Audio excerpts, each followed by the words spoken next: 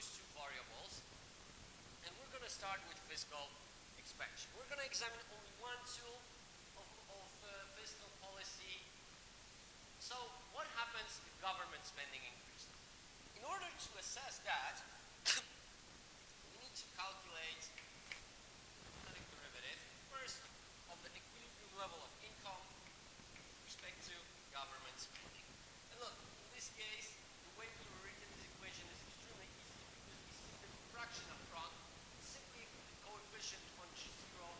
So the derivative is equal to L 1 minus B times 1 minus D times L plus KE. But we're going to rewrite this expression slightly so it better suits our needs in the future. I'm going to divide the numerator and denominator of this expression by L. So what I'm obtaining is 1 times 1 minus B, 1 minus D, plus K over L times E. And look, we clearly see that this expression is between 0 and 1. All of this is positive. This is just 1. This is definitely positive. Now we do exactly the same thing, but now we are differentiating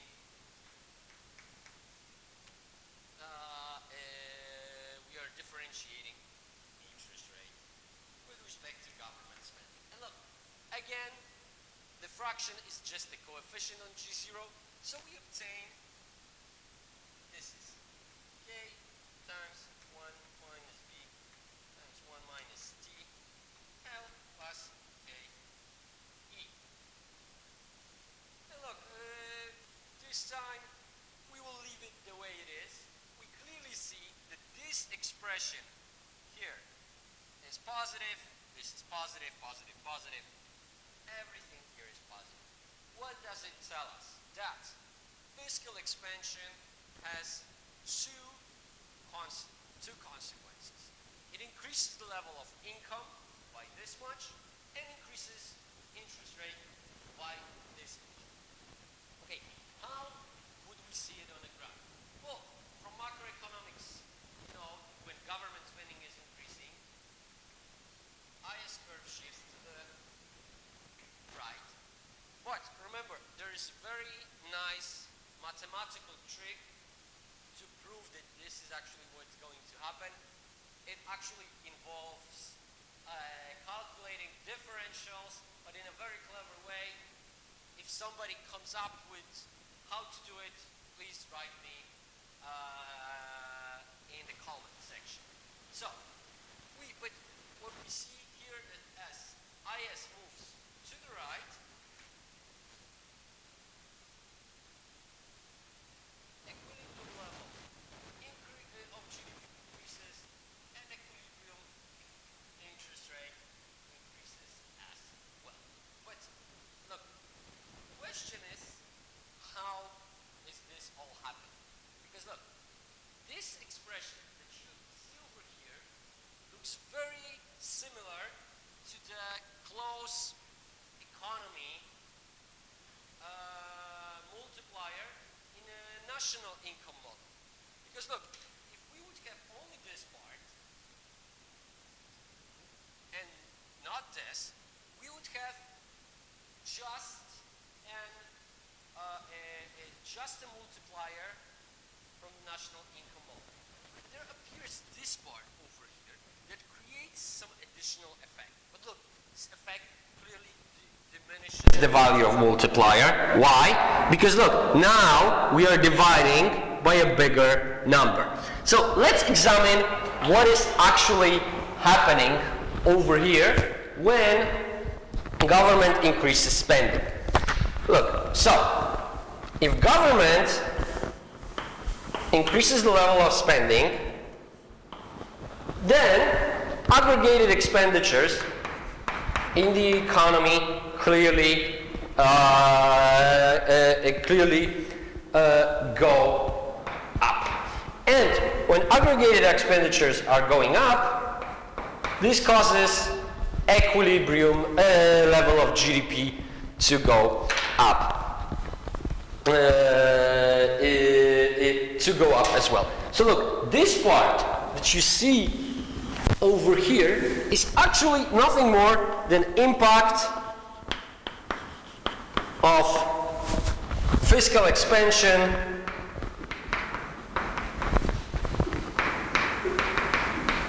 in national income model.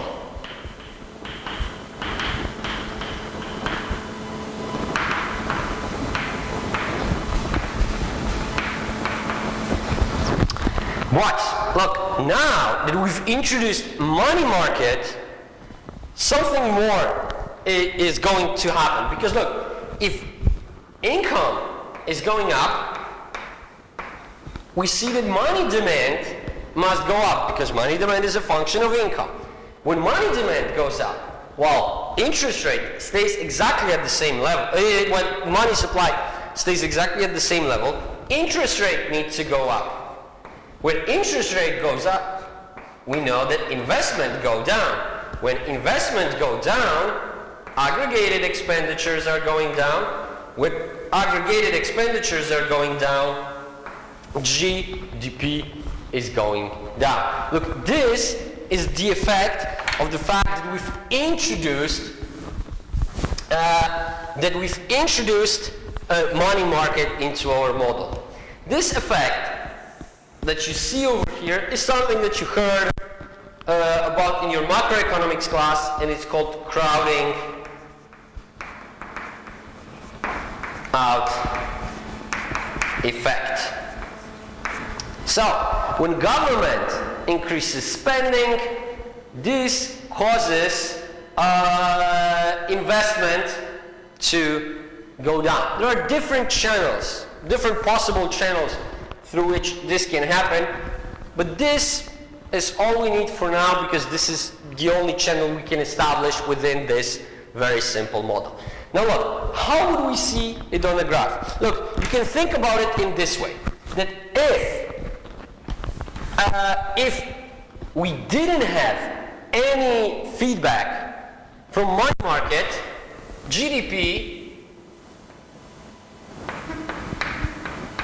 would increase by way more, right? It would go up to Y2 with the increase in government spending.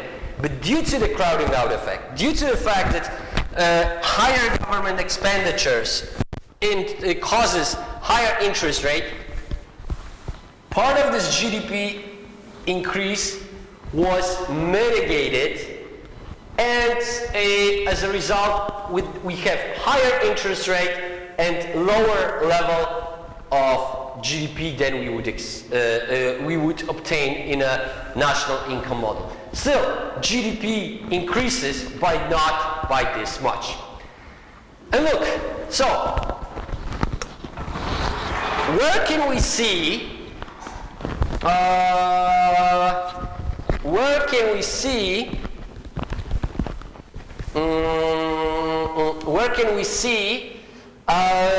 this crowding out effect in our solution?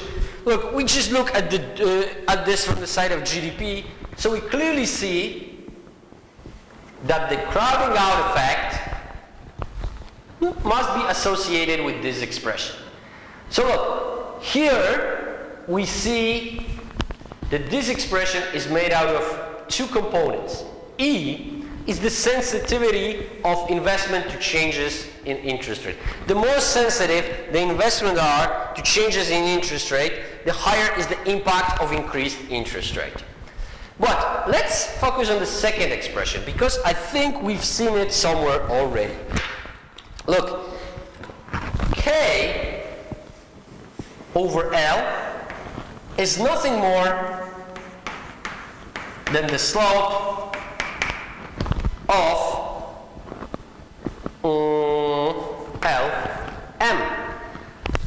So look, what we can see from that is that the higher is going to be the slope of LM, the higher is going to be the slope of LM, the higher is going to be the crowding out effect. But let's look at this from the opposite, in the opposite case. Probably from the opposite side. Now, look, you probably heard in macroeconomics class about something called liquidity trap. This is the situation when demand for money becomes completely flat at a very low level of interest rate. So this is what happens when interest rate becomes very low. But and this in turn causes LM to go flat. Now, again, we are going to discuss this only from the mathematical point of view. So look, when will we have a situation like this? Liquidity trap will happen if L is approaching infinity. So even a very tiny change in interest rate causes infinitely big change in money demand. And look, what is then happening to this expression? First, let's start with the slope of Lm. So look, limit with L approaching infinity out of K over L is 0. So look, what we are getting as a result is completely flat Lm function. Now, what is happening to the impact of fiscal policy on GDP?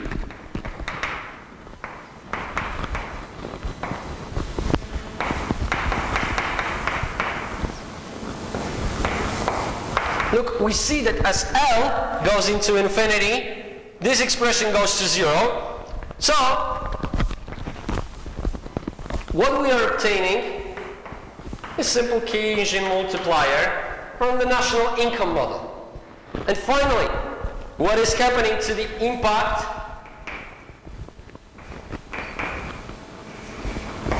of government spending on interest rate?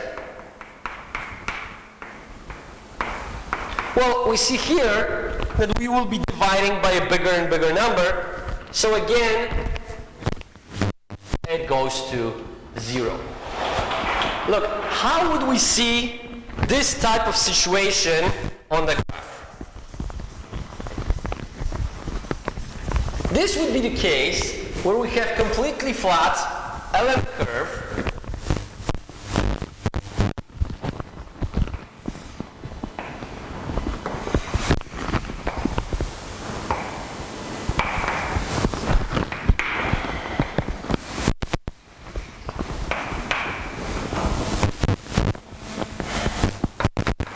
and we have IS. Now, higher government spending moves IS to the right.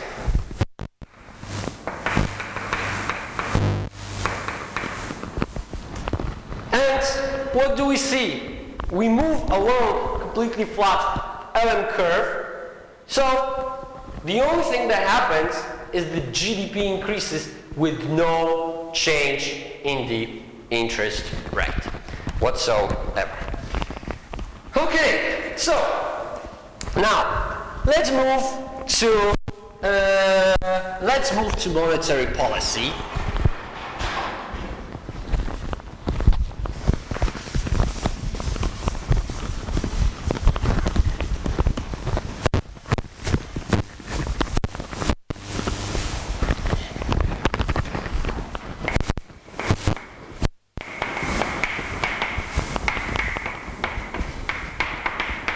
We're also going to discuss only monetary expansion. So what happens if central bank increases money supply? So first, we calculate the impact on money supply on an equilibrium level of income. Again, as you see, it's relatively easy the way we rewritten equation for GDP is just the fraction in front of money supply. We've got that this is E, 1 minus B, 1 minus T times L plus KE. All of these expressions, this is between 0 and 1, positive, positive, positive, positive, definitely positive. Now, then we calculate impact of increased money supply on interest rate, so we calculate comparative static derivative of interest rate with respect to money supply. And now, look, if I differentiate interest rate with respect to money supply, I just get the fraction in front, remembering about the minus.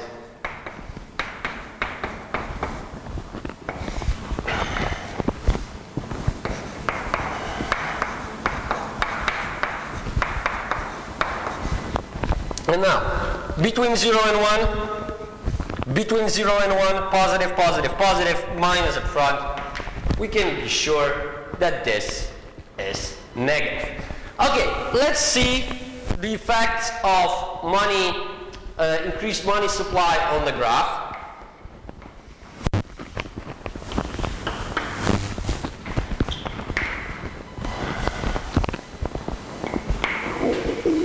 Here we have some IS, here we have some LM, some equilibrium level of income, and equilibrium level of interest rate. Now look, if central bank increases money supply, as a result, LM curves moves to the right, and we observe higher level of GDP and lower level of interest rate. Now, so basically, this is what we got from the comparative static derivatives. Now let's think about how does this happen. Look, actually, what happens over here can be divided into 3 different parts. Because look, if money supply goes up, then if money demand is unchanged, interest rate must go down. Look, we would see this on our graph as moving from this point over here. And this point would be associated with a very, very tiny interest rate I2. So this part is the effect, and this is effect of monetary policy, monetary expansion on money market. But of course, we are assuming that the goal of this policy is not just to decrease interest rate, but to do something to the economy. And look, with lower interest rate, we have higher investment. But with higher investment, we of course have higher aggregated expenditures. With higher aggregated expenditures, we have higher GDP. But at the same time, higher GDP means higher money demand. Higher money demand means having this unchanged money supply. Higher interest rate. Higher interest rate means lower investment, means lower aggregated expenditures, means lower GDP. Of course, we could continue like this. We could continue like this forever because lower GDP means lower money demand and so forth. But look, what we are actually interested in are those two parts. First is this one, and the second is this one. Look, lower interest rate causes GDP to go up because investments are part of the aggregated expenditures. They stimulate the economy. But look, this would imply that GDP should go over here. But at the same time, as GDP increases, money demand goes up. As with money demand, interest rate goes up, which causes investment to go down. So consequently, we can say that we are moving along the new LM curve, having both of those effects in place. So on one hand, GDP increases, but this increase in GDP stimulates interest rates, so interest rates do not fall so much down.